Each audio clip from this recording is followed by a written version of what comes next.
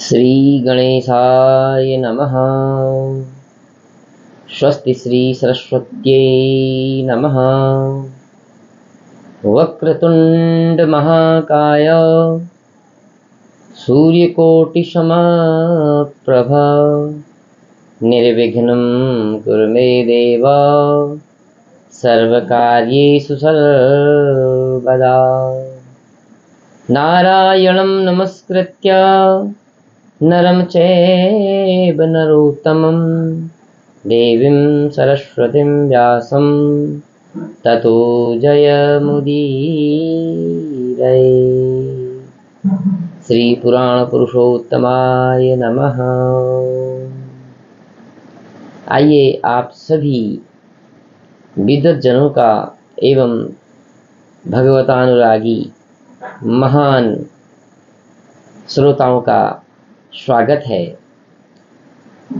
हमारे पुरुषोत्तम महात्म्य का आज 8वां भाग प्रारंभ हो रहा है।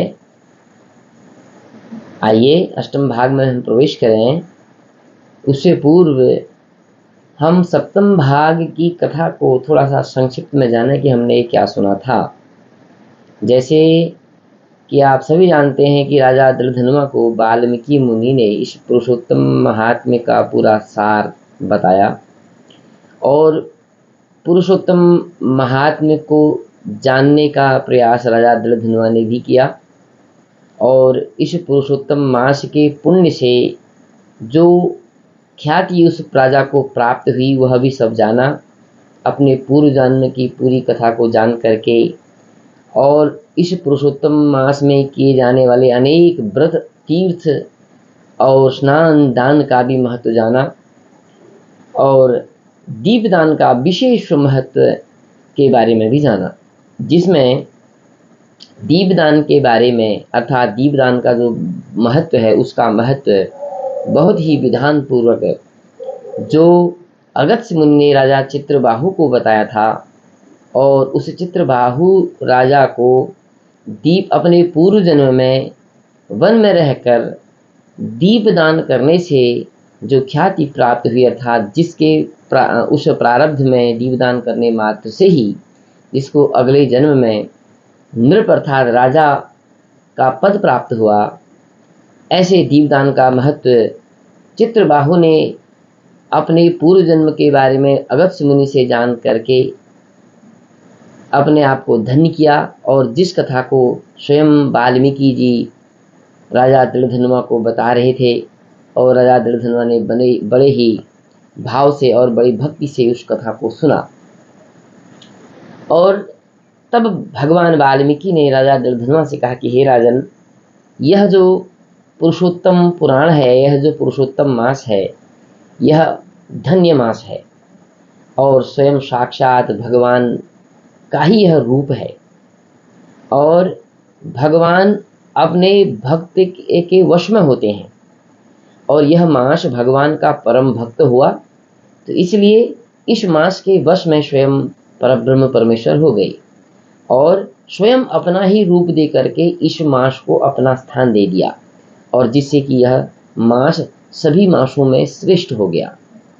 और इस मास में किए जाने वाले व्रत तीर्थ जप दानों से मनुष्य को अत्यंत पुण्य की प्राप्ति होती है और परम पद प्राप्त होता है। यह आपने पूर्व की कथाओं में विशेष करके सुना। और तत्पश्चात राजा दृढ़धनुमा ने इस मास के उद्यापन के बारे में पूछा कि हे भगवान, इस मास का जब हम व्रत कर लेते हैं तो इसका उद्यापन किस तरह करते हैं। इस तरह से वाल्मीकि मुनि ने राजा को विस्तार पूर्वक इस व्रत के उद्यापन के बारे में बताया कि अर्थात किस तरह से इसका व्रत उद्यापन करना चाहिए। अधिक मास के कृष्ण पक्ष की अष्टमी तिथि को, नवमी तिथि को, चतुर्दशी तिथियों को इसका उद्यापन करना चाहिए। अनेक ब्राह्मणों को बुला करके सर्वतोभद्र मंडल बना करके उसमें 4 कलशों को स्थापित करके ब्रह्मा विष्णु रुद्र प्रद्युम्न भगवान श्री कृष्ण आदियों को उनका स्थापन करके उनका हस्तार्घ पादार्घ दूध दही घी शहद चीनी से पंचामृत स्नान करा करके और षोडशोपचार पूजन करके या फिर यथामिलितोपचार जो भी उनके पास है उन चीज़ों से पूजन करके या पंचोपचार पूजन करके अनेक प्रकार की विधि इसमें बताई गई है। सर्वदा हम साधारण मनुष्यों के पास सदैव ही बहुत सारा सामान प्राप्त नहीं हो पाता है, तो इसलिए हमारे विधि में पूजा के भी अनेक प्रकार बताए गए हैं। एकोपचार, पंचोपचार, षोडशोपचार, राजोपचार, यथामिलितोपचार, इस प्रकार से इनमें पूजन किया जाता है। तो हम श्रद्धा से और भक्ति से इनका पूजन करें तो उद्यापन करने में जो भी वस्तु या जो भी हमारे पास प्राप्त है उन वस्तुओं से हम भगवान का पूजन कर सकते हैं और जिससे भगवान संतुष्ट हो जाते हैं। तो इस तरह से राजा को इस उद्यापन का बहुत बृहद उदाहरण बताया और इस प्रकार से भगवान को उद्यापन करना चाहिए सब विधि भगवान वाल्मीकि ने राजा दृढ़धनुमा को बताया। और इस पुरुषोत्तम महात्म्य को जान करके वह अत्यंत प्रसन्न हुआ और अपनी पत्नी के साथ वाल्मीकि मुनि को फिर अपने स्थान से अर्थात पूरी कथा को जान करके पूरा महत्व जान करके जब वाल्मीकि मुनि जाने लगे तो उनको कुछ दूरी तक पहुंचाने के लिए गए। बाद जब वह घर पहुंचे, घर आकर के दोनों पति पत्नी ने भगवान पुरुषोत्तम मास के आने का उन्होंने प्रतीक्षा की और आपस में इसमें विचार विमर्श करने लगे कि अब जब भी हमको पुरुषोत्तम मास प्राप्त होगा तो हम विधिवत इसका पूजन करेंगे और अपना पूरा राजपाट अपने पुत्रों को सौंप करके वन में जा करके हम भगवान की भक्ति को करेंगे। इस तरह से उन्होंने प्रतिज्ञा की और उन्होंने अपना राजपाट का पूरा कार्यभार अपने पुत्र को दिया। पुत्र को देकर के अपनी पत्नी के साथ वह वन को चले गए और वन में रह करके दोनों पति पत्नी ने बड़ी ही तपस्या करी और भगवान पुरुषोत्तम मास का जब भी उनको प्रादुर्भाव हुआ, पुरुषोत्तम मास में उन्होंने बड़े विधि से भगवान का पूजन किया और व्रत किए और तप किए। इस तरह से पुरुषोत्तम मास को प्राप्त करके वह दोनों पति पत्नी राजा दृढ़धनुमा और उनकी पत्नी दोनों भगवान के परम धाम को प्राप्त हुए। जैसे कि भगवान का सुंदर रथ उनको लेने के लिए आया और उस रथ में बैठ करके वे अपने नूतन शरीर को प्राप्त करके भगवान के परम धाम गोलोक को प्राप्त हुए। यह पुरुषोत्तम मास का अद्भुत चरित्र है और इस पुरुषोत्तम मास में व्रत करने मात्र से ही, भगवान के जप करने मात्र से ही, भगवान का कीर्तन करने मात्र से ही मनुष्य को परम धाम प्राप्त हो जाता है और मनुष्य अपने अगले जन्म को वह सफल बना लेता है। तो यह पुरुषोत्तम मास अपने आप में धन्य मास है। इस पुरुषोत्तम मास का कभी भी तिरस्कार नहीं करना चाहिए और इस पुरुषोत्तम मास को जब भी मनुष्य प्राप्त करे तो भगवान की भक्ति को करे और भगवान से जो भी मांगता है या भगवान से जो भी प्रार्थना वह करता है तो उसको यथाशीघ्र वह प्राप्त हो जाता है। यह केवल अनुभव करने मात्र का विषय है। मनुष्य कर्म करता ही है, कर्म करने से ही उसको फल की प्राप्त होती है, परंतु प्रारब्ध से जो उसके साथ है वह भी उसको प्राप्त होता है। जिस कारण से मनुष्य यदि भगवान की भक्ति को करे या मनुष्य सत्कर्म को करे, अच्छे कर्मों के साथ रहे और सद्विचार को धारण करे तो मनुष्य अपने अनेक जन्मों को सफल कर लेता है। तो ऐसी शक्ति इस पुरुषोत्तम मास में है। इस पुरुषोत्तम मास को मल मास कह करके या फिर इसको मलिन कह करके कभी इसका तिरस्कार नहीं करना चाहिए। जिन जिन ने इस मास का तिरस्कार किया, इस मास को कटु वचन कहे, उन सभी के बारे में आपने पूर्व कथा में बड़े ध्यानपूर्वक सुना। तो यह मास अपने आप में एक अद्भुत और श्रेष्ठ मास है। तत्पश्चात जब राजा दृढ़धनुमा को सद्गति प्राप्त हुई और यह कथा नारद मुनि स्वयं बद्रिका आश्रम में भगवान नर नारायण से सुन रहे हैं और यही कथा नैमिषारण्य नामक तीर्थ में सूत जी महाराज जी से अनेक मुनियों ने श्रवण की। तो तत्पश्चात इधर जब नारद जी को यह कथा सुना रहे थे तो भगवान नारायण कहते हैं कि हे श्रेष्ठ मुने, आपने इस अद्भुत कथा को सुना मेरे पास तो एक ही जिह्वा है, एक जिह्वा से मैं भगवान का वर्णन कर रहा हूँ, परंतु अनेक जिह्वा भी अगर जब होती तो उनसे भी मैं इस प्रकार से इस पुरुषोत्तम मास का वर्णन करता तो शायद वह भी बहुत ही अल्प था।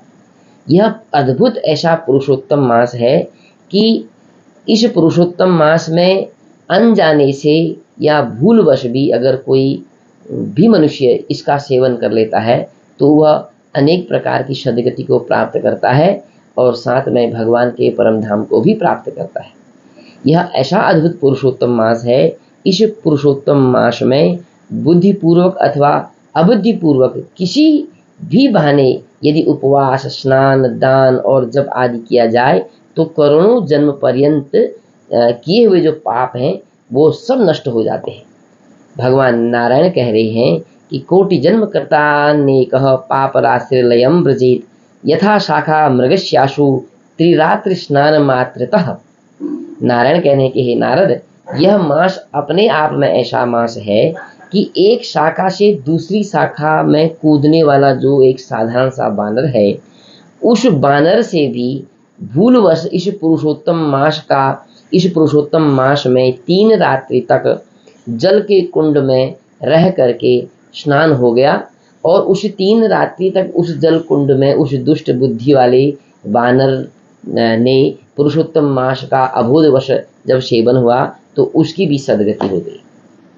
तो जैसे ही उस बानर के बारे में नारायण जी ने बताया तो नारद मुनि कहने लगे कि हे प्रभु, ऐसा वह कौन सा बानर था जिसने अबोधवश इस पुरुषोत्तम मास का सेवन किया। प्रभु, इस पुरुषोत्तम मास के गुणों को सुनने से मेरा मन भर ही नहीं रहा है, मैं तृप्त ही नहीं हो रहा हूँ। कृपा करके मुझे और आगे की कथा बताओ कि इसमें पुरुषोत्तम मास का सेवन उस बानर ने कैसे किया, वह बानर कौन था और वह कैसे बानर योनि में उसने इस पुरुषोत्तम मास के सेवन को किया, और यह पूरी कथा मैं सुनना चाहता हूँ, कृपा करके मुझे बताओ। तो जैसे ही नारद जी ने प्रश्न किया तो नारायण मुनि नारद जी से कहते हैं कि हे नारद, कश्चित् केरल देशीयो द्विजः परम लोलुपः नित्यं धनचये दक्षः सरघेव धन प्रिय। नारायण मुनि कहते हैं कि हे नारद मुनि, पूर्व समय में कहीं केरल देश में एक अत्यंत लोभी, लालची और धन के इच्छा रखने वाला और धन की इच्छा से अनेक पापों को करने वाला एक ब्राह्मण था। वह अत्यंत ही दुष्ट और नित्य कुकर्म करते रहता था। केवल धन के लालच से वह जो है लोगों को ठगता था और धन में ही वह अपने आप को आसक्त समझता था। और वह जो ब्राह्मण था वह कदर्य नाम से इस पृथ्वी में प्रसिद्ध था। यद्यपि जन्म के समय में उसके पिता ने उसका नाम चित्रशर्मा रखा था, फिर भी चित्रशर्मा नाम से उसे लोग नहीं जानते थे। उसके कर्मों के अनुसार उस ब्राह्मण का नाम कदर्य लोगों ने रख दिया, तो जिससे वह कदर्य नाम से प्रसिद्ध हो गया। और वह कुबुद्धि था और कभी भी उसने न तो अपने माता पिता की सेवा करी, न कभी अग्नि में भगवान को आहुति दी, और न कभी भी उसने पितरों का श्राद्ध किया, और ऐसे कोई कर्म ही नहीं किए जिससे उसको कुछ लाभ मिले। वो सदैव जो है पाप कर्म ही रहता था और लोगों को ठग करके, झूठा बहाना बना करके इस तरह से वह धन का को एकत्रित करता था। तो ऐसे ही करते करते करते सभी लोग जब जान गए कि यह ब्राह्मण अत्यंत दरिद्र है और धन का लोभी है, तो उस लोभी को देख करके सभी लोगों ने उसका तिरस्कार कर दिया और उसको जिस स्थान में वह रहता था, जिस ग्राम में वह रहता था, वहाँ से भी उसका बहिष्कार कर दिया। अब जब उसका बहिष्कार हो गया, वह वहाँ से चले गया, तो अत्यंत दुखी हो गया। वह मन में सोचने लगा कि अब मुझे क्या करना चाहिए, मुझे कहाँ जाना चाहिए। ऐसा सोचते सोचते वह अपने घर से जब निकल गया तो कहीं दूर जा कर के एक माली को उसने देखा और वह उस माली के पास पहुंच गया और माली को अपनी झूठी कथा बता करके अपनी ओर आकर्षित करने लगा। वह बगीचे में वह माली रहता था, तो उस कदर्य ब्राह्मण की बातों को सुनकर वह माली भी उसकी बातों में आ गया। माली ने सोचा कि यह सही कह रहा होगा, लोगों ने इसका तिरस्कार कर दिया, इसका धन छीन दिया। उसने अपने बारे में झूठ मूठ में बहुत सारी बातें बना करके माली को बता दी और माली ने उसको अपने पास शरण दे दी और वह अब माली के साथ वो कदर्य रहने लगा। तो धीरे धीरे समय बीता गया, तो वह माली जो भी कहता उन सब काम को करता और माली की बातों को मानने लग गया। तो वह जो बगीचे का माली है उसको लगा कि यह काफ़ी सज्जन लगता है, अब इसको थोड़ा सा कुछ बगीचे में कोई हिस्सा दे दिया जाए जिससे यह बगीचे की रक्षा करे और बगीचे में इन पुष्पों का, इन फलों का वह सेवा करे। इस तरह से माली ने विश्वास करके एक छोटा सा बगीचा उस कदर्य ब्राह्मण को सौंप दिया। तो जिससे वह उस बगीचे की सेवा करने लगा, मन ही मन प्रसन्न रहने लगा और माली भी साथ में रहता था और जैसा जैसा माली करता वैसा वैसा वह कदर्य भी उसके साथ करता। उन बगीचों के पुष्पों को तोड़ता या फिर वह राजा के पास ले जाता और फलों को तोड़ता, राजमहल में पहुंचाता था और अन्य सभी को देता। जिस तरह से माली करता उसी तरह से वह ब्राह्मण भी करता था। तो धीरे धीरे धीरे समय बीता गया, तो उस कदर्य ने उस माली का विश्वास उसने जीत लिया। तो अब माली को लगा कि अब मुझे अपना इस पूरे बगीचे को इसको सौंप देना चाहिए, ये इसकी सेवा अपने आप करता रहेगा और मैं अब राजा के पास जा करके वहाँ राज सेवा करता हूँ। ऐसा मन में विचार करके वह निकल गया और राजा के वहाँ जा करके वह राज सेवा करने लगा। वहाँ राज मंदिर में जा करके भगवान का पूजन करता था, पुष्पों से वह भगवान को सुंदर सजाता था। इस तरह से वह राजा के पास रहने लगा। तो जब वह कदर्य ने देखा कि अब माली जो है राजा के वहाँ ही रहता है, तो उसके वहाँ जाने का उस पर उसने विश्वासघात किया और उस बगीचे के फलों को, वह पके हुए जो फल थे उनको खाने लगा और जो कुछ बचे होते थे उनको वह बेच करके अपना धन एकत्रित करने लगा। इस तरह से वह कर्म को करते रहा और जब एक दिन जब माली उसके पास लौट करके आया तो माली ने पूछा कि मेरे बगीचे के फल कहाँ हैं, इसके पुष्प को तुमने क्या किया। ऐसा कह करके वह कदर्य बोला कि हे स्वामी, जब तुम वहाँ थे तो मैं भिक्षा वृत्ति के लिए निकलता था, सुबह और शाम में तो इस बगीचे में यहाँ की मैं रक्षा करता ही था, परंतु दिन में जब मैं भिक्षावृत्ति के लिए निकलता था ये अनेक प्रकार के जो पक्षी हैं, इन पक्षियों ने आकर के इन फलों को नुकसान कर दिया, बर्बाद कर दिया, कुछ खा दिए, कुछ गिरा दिए। ऐसा कह करके कहने लगा और कह रहा कि देखो, आपको दिखाने के लिए मैंने बहुत सारे पक्षियों को मारा है, बहुत सारे बंदरों को मैंने भगाया है और देखो मैंने उन पक्षियों के पंख हैं और उनके मांस जो मैंने यहाँ आपको दिख रहे होंगे, तो यह साक्ष्य के रूप में आपके लिए मैंने रखे हैं। तो इस तरह से वह दीन मुख होकर के माली से कहने लगा, जिससे कि माली ने भी उसकी बातों को ग्रहण कर लिया और सच मान लिया। अब जब माली ने सारी बातें मान ली तो मन ही मन में वह ब्राह्मण जो है खुश हो गया और धीरे धीरे समय का चक्र आगे बढ़ता रहा। तो उसी बगीचे में रह करके वह अनेक पापों को करता हुआ, फलों को बेचता हुआ, फलों को खाता हुआ, अनेक पक्षियों को मारता हुआ, उसका समय अब लगभग समाप्ति की ओर आ गया। और जब वह अंतिम अवस्था में पहुंचा तो एक समय में उसके शरीर में अनेक प्रकार का ज्वर आ गया और जिस ज्वर के कारण से वह मृत्यु की शैया में सो गया। और जब वह उसकी मृत्यु होने लगी तो यम के दूत जब उसके पास आने लगे, विकराल रूप जब वह देखने लगा, तो उन यम के दूतों को देख करके भयभीत होकर के वह मलमूत्र त्यागने लग गया और उसके प्राण यम के दूतों ने ले लिए। और जब पुराण में वर्णन आता है कि जब उस कदर्य को यम के दूतों के द्वारा जब धर्मराज के पास ले जाया गया और चित्रगुप्त के पास उसको बैठाया गया तो चित्रगुप्त ने धर्मराज को उसके पापों को जब गिनाया, कहा कि यह तो अत्यंत पापी और कलंकित है और इसने अनेक प्रकार के पाप किए हैं और पापों के साथ साथ में इसने अपने मित्र के विश्वासघात को भी इसने हनन किया है और अनेक प्रकार के पशु पक्षियों का भी इसने जो है निर्मम हत्या की है। तो इसलिए इसको कठोर दंड देना चाहिए।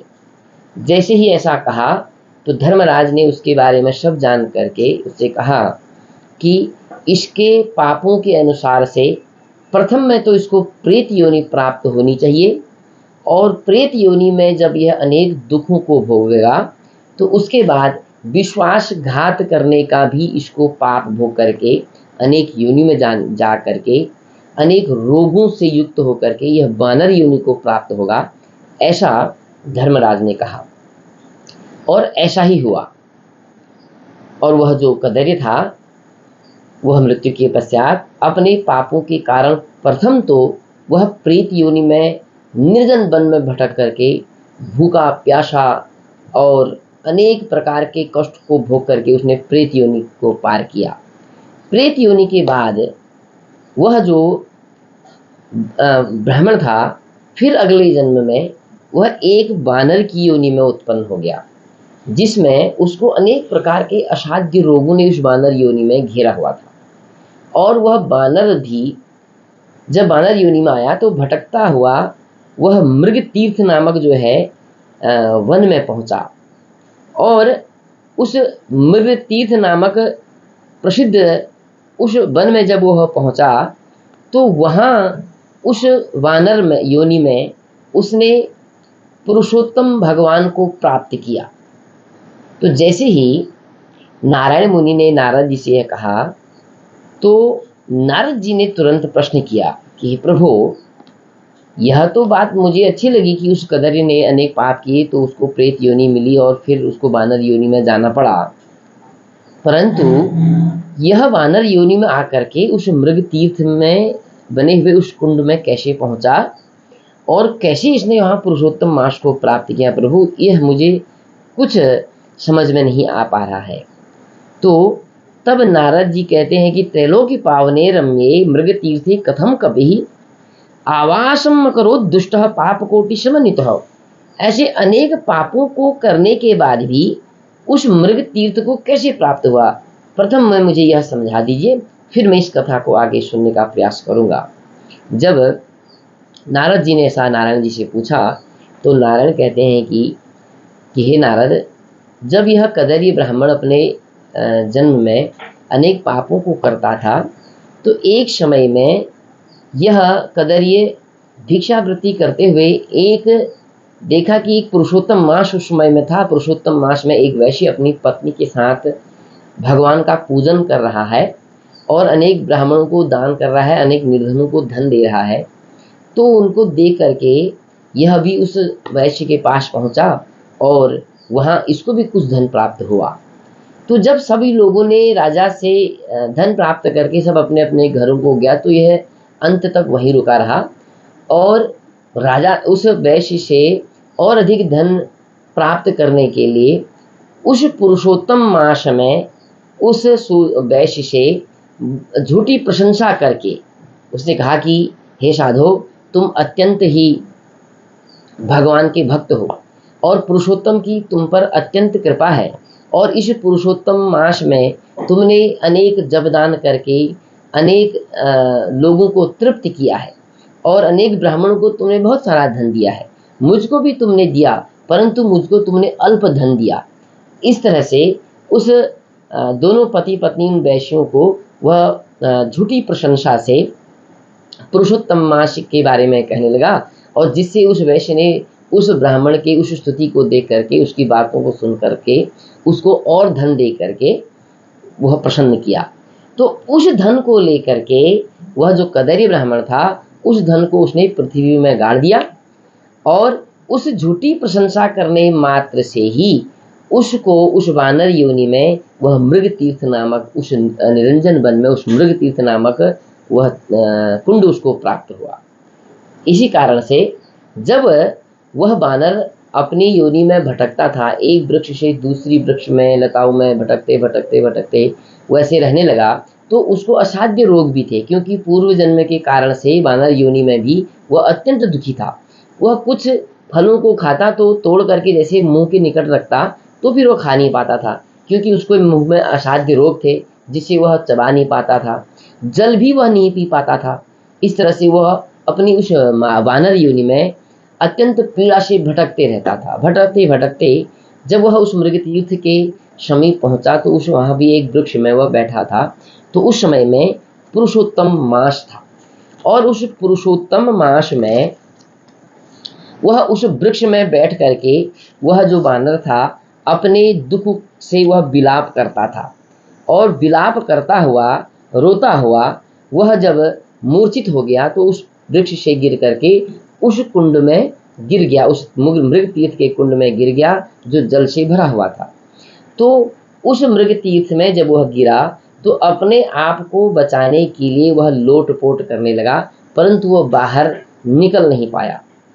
जब वह लोटपोट करते करते उसके 1 दिन 2 दिन 3 दिन 3 रात्रि जब बीत गए, तो वह बानर उस कुंड से बाहर नहीं निकल पाया। तो उसी मृग तीर्थ में ही वह प्राण उसने त्याग दिए।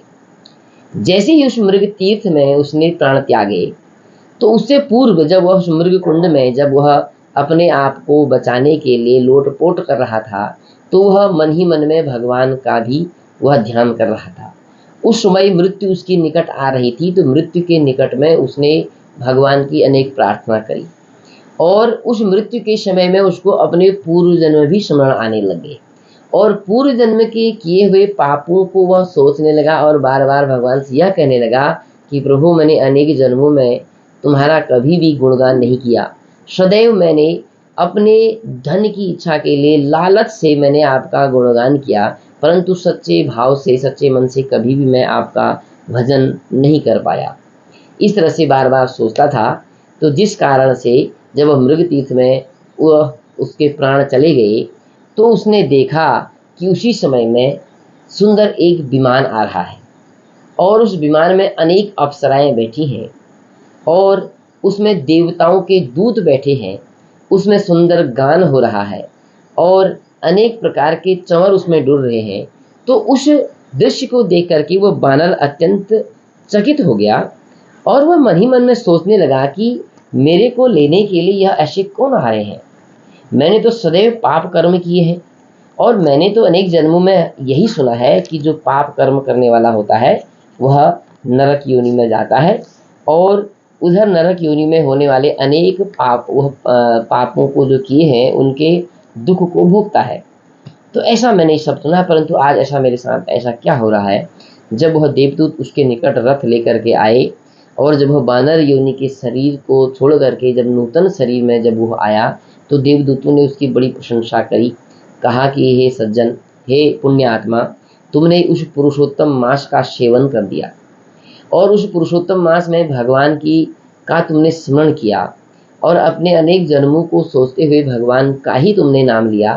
तो इसलिए भगवान पुरुषोत्तम तुमसे प्रसन्न होकर के तुम्हें अपने परम धाम गोलोक को प्राप्त करा रहे हैं, जिस गोलोक को ले जाने के लिए हम स्वयं इस रथ को लेकर के तुम्हारे पास आए हैं।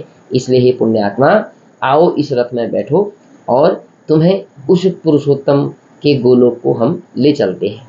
इस तरह से उनकी वाणी को जैसे सुना, तो वह जो वानर योनि से जो मुक्त हुआ, वह अत्यंत प्रसन्न हुआ, और भगवान से प्रार्थना करने लगा कि हे प्रभु, आप धन्य हैं। भूलवश भी, अज्ञातवश भी, अबोधवश मेरे से आपकी भक्ति हो पड़ी, और धन्य है यह पुरुषोत्तम मास, जिस पुरुषोत्तम मास में मैंने द्वारा अनेकों पाप किए, और उन पापों के मैं अनेक कष्टों को अनेक जन्मों तक मुझे भोगना था, परंतु इस पुरुषोत्तम मास में अद्भुत मुझे बिना जाने भगवान की भक्ति हो गई, तो जिससे मुझे भगवान का परम धाम गोलोक प्राप्त हो रहा है। हे प्रभु, आप धन्य हैं, और धन्य है आपका यह बनाया हुआ पुरुषोत्तम मास, जिस मास में मुझे ऐसी सद्गति प्राप्त हुई।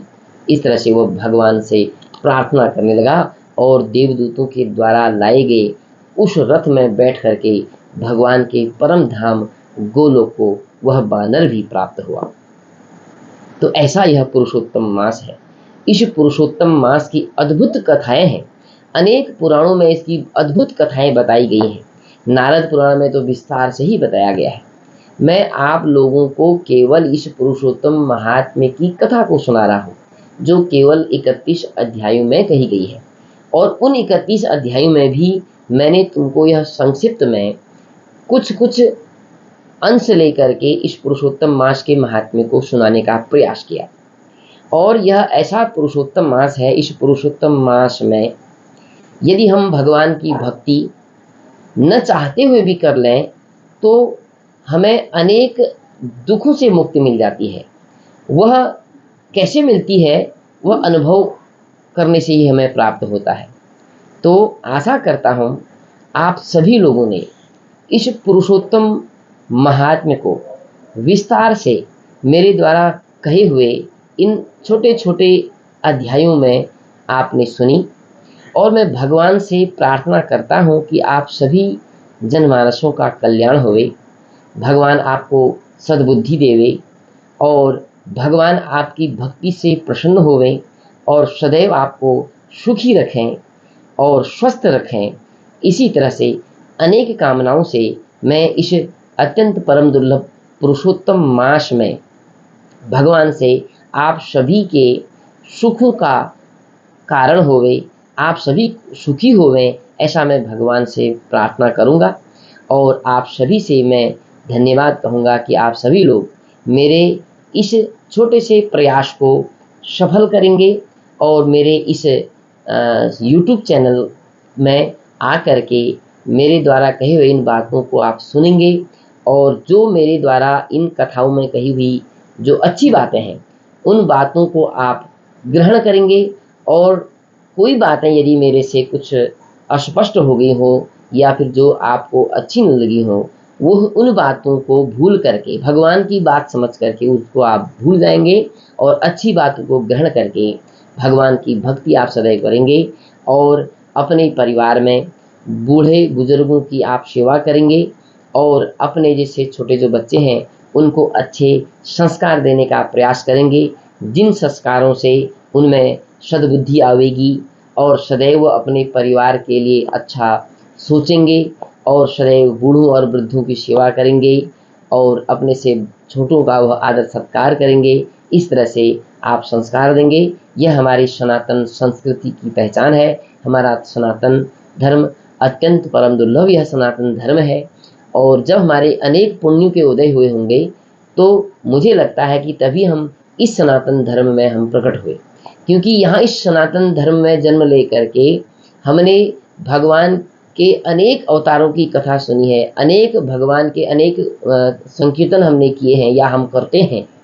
और इसी तरह से सर्वे भवन्तु सुखिनः की भावना को हम सनातन धर्म वाले सदैव रखते हैं और आशा करता हूँ कि आगे भी इसी तरह से आप सभी के लिए प्रार्थना करेंगे और सत्कर्मों को करेंगे और इन कर्मों के साथ साथ में भगवान के परम धाम को प्राप्त करने का प्रयास करेंगे। और मेरे YouTube चैनल में आ करके आपको मैं इसी प्रकार से रोज़ नए नए बातों को आपके पास समक्ष रखूँगा और भगवान की अपने सनातन धर्म के बारे में मैं इसमें बताऊँगा। भगवान की अनेक कथाओं को मैं आपके पास लाने का प्रयास करूँगा और आप सभी लोग इस पुरुषोत्तम मास को जो 8 भागों में आपने सुना है सभी लोगों तक पहुँचाने का आप प्रयास करेंगे, जिसके बारे में सभी लोग जान पाएंगे कि यह पुरुषोत्तम मास इतना पवित्र है। तो ऐसा जान करके आगे से होने वाले इस पुरुषोत्तम मास का वो भली भांति से सेवन कर पाएंगे, जिससे कि इसके बारे में जान करके सभी लोग को यह पता चले। तो इसके लिए आप मेरे इस YouTube चैनल को आप सभी लोगों में इसको शेयर करें, बताएं। जिन लोगों ने सब्सक्राइब किया है वह लोग का बहुत बहुत धन्यवाद, वो सुन भी रहे होंगे। और जिन्होंने नहीं किया है इसको अभी सब्सक्राइब करके इसका जो बेल आइकन है उसको दबा करके उसको ऑल कर देना है, जिससे कि मेरे आने वाले नए नए वीडियोज आपके पास आएँ और उनका नोटिफिकेशन आप तक पहुँचे और आप उसका लाभ उठा सकें। तो इसके लिए आप सभी धार्मिक दर्शकों का बहुत बहुत धन्यवाद। आगे की कथा को सुनने के लिए पुनः आपका स्वागत है। धन्यवाद।